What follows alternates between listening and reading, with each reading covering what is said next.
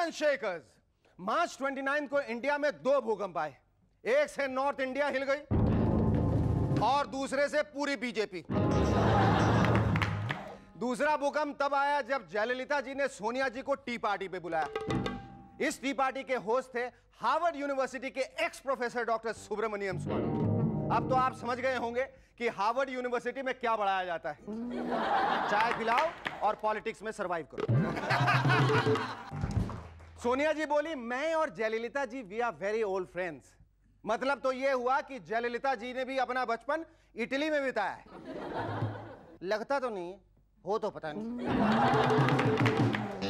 आजकल तो अगर आपको किसी से भी अपनी दोस्ती दिखानी है तो उसे टी पार्टी पे बुलाइए और पब्लिसाइज कर दीजिए। फ्यूचर में कुछ टी पार्टीज होंगी लालू जी और भंडारी जी के बीच, ममता जी और फर्नांडिस जी के बीच, और सबसे बड़ी टी पार्टी होगी बिल क्लिंटन और हिलरी के बीच। वो दिखाएंगे कि वो बहुत अच्छे दोस्त हैं। We are only good friends. Our guests tonight are model and actress Gautami Gatgil and Julio Iglesias Jr. But before that, give a big round of applause to Sharuki and the Rubber Band, of course.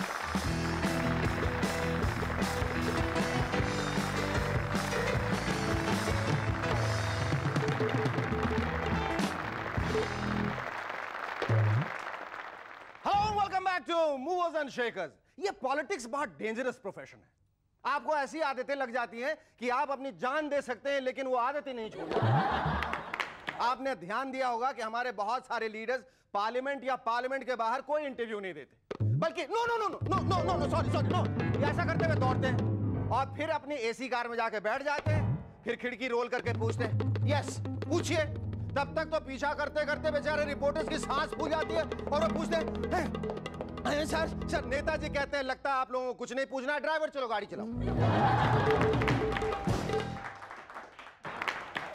आजकल बंबई के criminals भी poverty line के नीचे आ गए।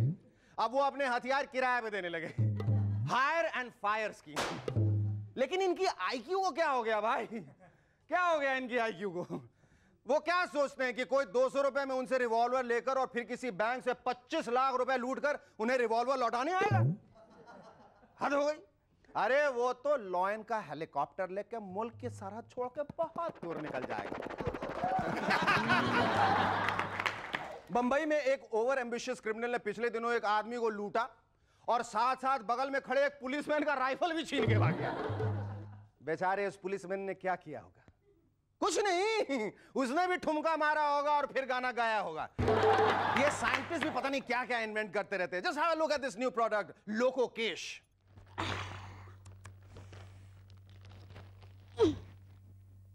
नौकर की जरूरत? मैं लोको केश जो इस्तेमाल करती हूँ।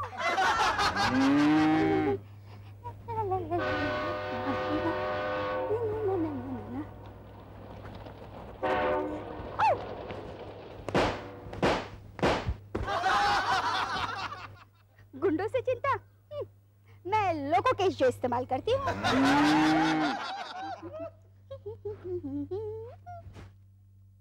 डस्टर की जरूरत? मैं लोको केश जो इस्तेमाल करती हूँ। लोको केश हर नारी का तीसरा हाथ। इसमें है फेविगोंद, माँ का प्यार और एक पूरा नारियल। आपने ठीक सोचा, आपने ठीक समझा। इसी तरह के प्रोडक्ट्स इस्तेमाल करके आज की नारी कहां से कहां पहुंच गई है। पैमेला एंडरसन जो कल तक लोगों को डूबने से बचाती थी, आजकल एक्शन पर बॉडीगार्ड बन के आ रही है। मुझे तो डर लग रहा है लोग उनके सीरियल के चक्कर में मूवर्स एंड शेकर्स देखना ना भूल जाएं। नहीं नहीं सही बात है, क्योंकि बॉडीगार्ड में उनकी बॉडी के आगे मैं तो किसी बिल्डिंग का गार्ड नजर आता हूं। लेकिन बॉडीगार्ड में पैमेला को देखकर हमारे यहाँ के नेता भगवान से यही मना रहे हैं कि बस एक बार डब्बू जालिम उनको भी उड़ाने की धमकी दे ताकि वो पैमेला को अपना बॉडीगार्ड बना सके। यूपी में पेड़ पौधों की संख्या बढ़ाने के लिए गवर्नर सूरज भान ने रेकमेंड किया है कि हर शादी में दूल्हे दुल्हन को एक पौधा गिफ्ट में दिया जाए। ये लीजिए आप, ये ताकि वो उसकी देखभाल करें। मतलब फ्यूचर में जब वहां के कपल्स हनीमून के लिए जाएंगे तो उनकी लगेज के साथ साथ एक पौधा भी होगा। होटल के बैरों को सुबह सुबह साहब मेम साहब की चाय के साथ साथ पौधा बाबू के लिए पानी भी ले जाना पड़ेगा। रात को जब रुपेश रूपाली के नजदीक जाएगा तो रूपाली कहेगी, ए जी दूर हटिए, मुझे शर्म आ रही है, पौधा बाबू जो देख रहे हैं, आपको पता नहीं पेड़ों में भी जान होती है। दिल्ली यूनिवर्सिटी के स्टूडेंट्स आजकल उन टीचर्स को पनिशमेंट दिलवा रहे हैं जो या तो क्लास में लेट आते हैं या फिर बहुत कम आते हैं। हो सकता है फ्यूचर में आप देखें कि वहां के स्टूडेंट्स क्लासरूम में नोट्स उतार रहे हैं और प्रोफेसर गुप्ता टेबल के ऊपर चढ़कर अपनी दोनों कान पकड़कर उठक बैठक मारे, या फिर प्रोफेसर लोखंडे अपनी 2 दिन की सिक लीव पर साइन कराने के लिए अपनी 85 साल की मम्मी कस्तूरी देवी के पास जाएं और कस्तूरी जी बोले, बेटा लोखंडे बुखार तो नहीं है फिर भी कॉलेज आने से क्यों डर रहा है? सेंट्रल गवर्नमेंट ने फैसला किया है कि वो सारी लॉटरीज को बैन कर देगी। ये तो बहुत ही इनसेंसिटिव डिसीजन है, क्योंकि अगर ऐसा हो गया तो उन लोगों का क्या होगा जो हर रात रातों रात करोड़पति बनने का सपना देखते हैं। वो तो रात में सपने देखना ही बंद कर देंगे ना, है? लेकिन अगर रात में सपने नहीं देखेंगे तो फिर करेंगे क्या? कहीं वो तो नहीं? मुझे तो मालूम नहीं भाई, लेकिन अगर सरकार ने 24 घंटे कॉन्डोम सप्लाई करने का फैसला किया है तो सोच समझ के ही किया होगा। Our first guest on M&S tonight is a pretty girl who was into medicine till histrionics got the better of her. Ladies and gentlemen, please welcome model and actress Gautami Godgill.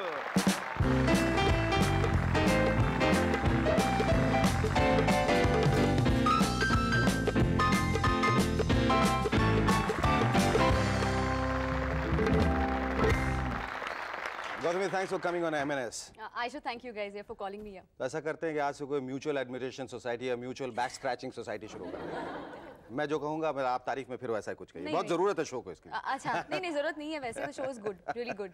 Tell me, you participated in the Femina Miss India 1995 contest, and you were amongst the top 10. Yeah, that's right. जब तुम नहीं जीते तो तुम्हें कोई निराशा हुई बहुत ज्यादा?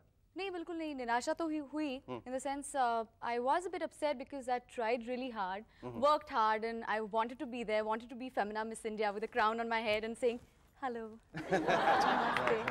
But it didn't happen, so it was okay. I mean, fine, it happens. You have to Of course, it happens to you the have best to of try us. hard, and that's it. Absolutely. अच्छा, Gautami, I think you had no business to be in the field of medicine in the first place. आप इतनी खूबसूरत हैं, you're such a pretty girl. Thanks. That you should have started out being an actress. No, not really. I never wanted to be an actress. I know everybody who comes here says the same thing, that I didn't want to be an actress. But seriously, I didn't want to be an actress. I wanted to become a doctor and things And your like that. father is also a doctor? Yes, he's a तो doctor. कहीं गलती से उन्होंने तुम्हें acting का कोई injection तो नहीं लगा दिया? नहीं, बिल्कुल नहीं. In fact, he was very against this. When I first told him that, listen, I want 10,000 rupees to do my portfolio, he said, have you gone mad?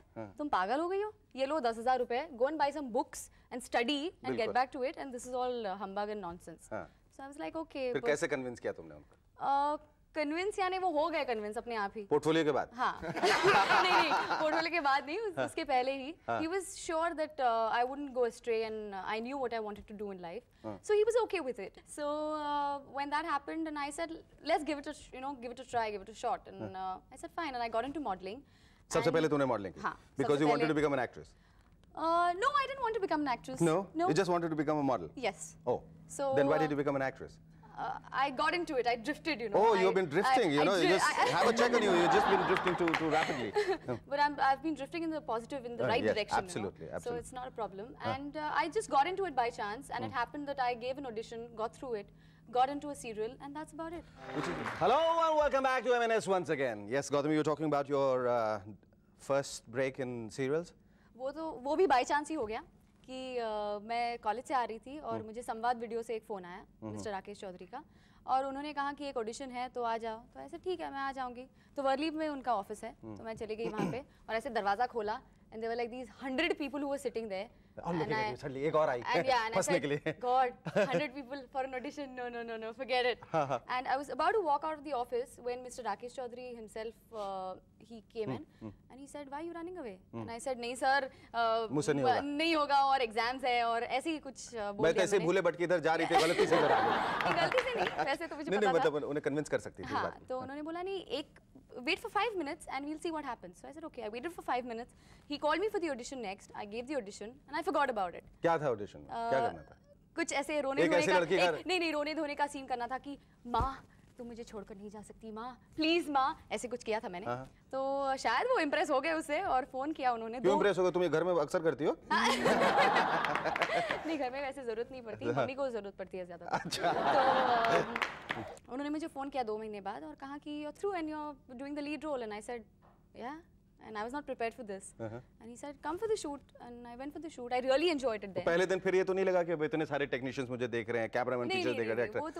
By which time you were very confident. अच्छा, ये तो बताओ कि ये तुम ये कहीं छुपी हुई ख्वाहिश तो नहीं है कमल हसन से मिलने के लिए? I believe you are a great fan. मैंने सोचा पहले मैं मेडिसिन करती हूँ, फिर मैं मॉडलिंग करती हूँ, फिर मैं एक्टिंग में आ जाऊंगी, फिर घूमते फिरते मैं साउथ में पहुंच जाऊंगी ओरिजिनल फिल्म करके कमल हसन से मिल लूंगी। I believe you are a very crazy fan of Kamal. Yes, very good. I mean, a very dedicated fan of his. Dedicated. I think he's one good actor we have in the industry today, and I think he should keep up. अच्छा, तुम्हें अगर एक ख्वाहिश दी जाए, सिर्फ एक ख्वाहिश, वो क्या होगी? Nothing. I thought चुप रहना। No, because see, I'm perfectly happy with the situation in my life today, and I'm really happy. I don't know why people. I've seen many people who, if you ask them, how do you feel today, and they're saying, I'm very this thing, and this is the tension I have. No, but I'm very happy today, and I'm very satisfied with what I'm doing. So, and I sincerely hope that you remain happy and Thank satisfied you. all your life. It was wonderful talking to you. Thank you. Our second guest on M&S tonight has the looks and the voice to rule over. Son of the legendary singer Julio Iglesias. Ladies and gentlemen, please welcome Julio Iglesias Jr. Thank you, that was wonderful. Thank you so much. Thank you. Please come in.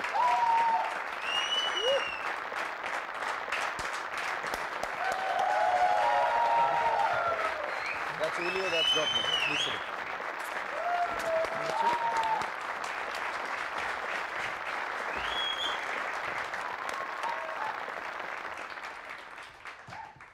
नमस्ते, कैसे हैं आप?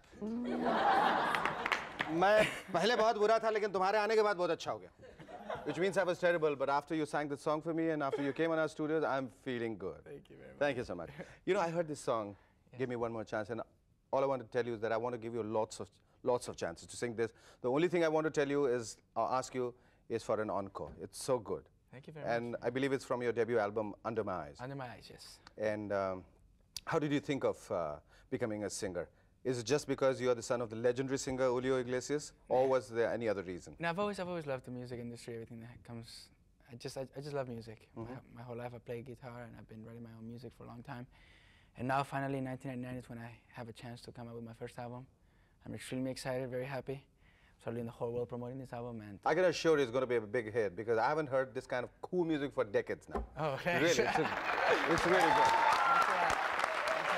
Very nice. But you're also into acting. I mean, you could have done the lead role in Titanic. Don't you think so? No, what? You could have replaced Leonardo. No, Easily. No. No? I've done my share of acting, and it's lots of fun. I did it mostly when I was in university, and I did some American shows, and I had some offers to some soap operas. But my true love is music, and right now I just want to concentrate all my energy, all my strength into my music, which is what really makes me happy. And how do you intend to promote this album? Well, I'm gonna be promoting it for a long time. No, I'm going. I just came yesterday from Thailand. I was in Hong Kong. I was in Korea, and now I'm going to tomorrow. I leave to Malaysia, Indonesia, Philippines, Singapore. My goodness.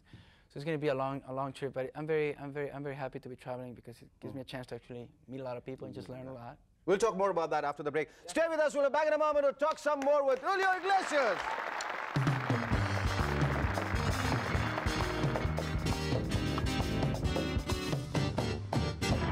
Hello and welcome back to M&S once again. Julio, we were talking about your promotional tour. Yes. I believe you just landed in India. How do you feel? What do you feel about the country? Well, I'm very happy to be here for the first time ever. I've heard a lot of good things about this country. Like the heat? Like the heat. Yes. like the spiciness of the food. But it's been a great experience for me. And what is the first thing that struck your mind when you came here? The first thing? Yeah? Let me think about this one. Maybe the Indian women? Yeah? Yeah. Yeah, Interesting, you just said it. You just read my interesting, mind. You just interesting. Yeah, interesting. I believe you also been a Versace model. I did some modeling before. It was a great learning experience. It was fun. It was I got a chance. I was never a model, you know. I got a chance to actually work in some campaigns to do some things, and it was very interesting. The money was great, and Yes, sure. and it was lots of fun at the same time. It was a great learning experience. Would you take up a movie offer from Hollywood if you? Would I? Right now, I'm so concentrating on my music and so into my music that I don't have time. Completely to actually focused on music. completely focus. And what kind of music would you focus on? I mean, in the coming days. Well, my music is pop, R&B, soul. It's got a little bit of everything, and that's the kind of the music I listen to every day. It's pop, R&B, Well, soul. But what kind of music do you generally like to hear all the time? It's, you know, like I like Beatles and I like the Rolling Stones and that way, okay, yes. okay, Yeah. okay, I got it. I listen to artists like Sting, Yeah. Bryan Adams, Michael Jackson, Billy Joel, my papi, of course. Yes. All the time? Sometimes, yes, I Sometimes, do. yeah. And it's just I listen to artists that not just are amazing musicians, they're also amazing songwriters, though. Thank you, Julio. It was lovely talking to you. for having Here's me wishing you here. lots Thank and you lots very of much. success Thank you. for your debut album, Master Mahal. आज का ये खत हमें भेजा है चेन्नई से M Rajesh Jain ने. लिखा कुछ नहीं, आप लोग खुद ही देख के समझ लीजिए. Have a look at it. इनका ऐसा मानना है कि शो देखने के बाद अपना और दूसरों का सर तोड़ देना चाहिए.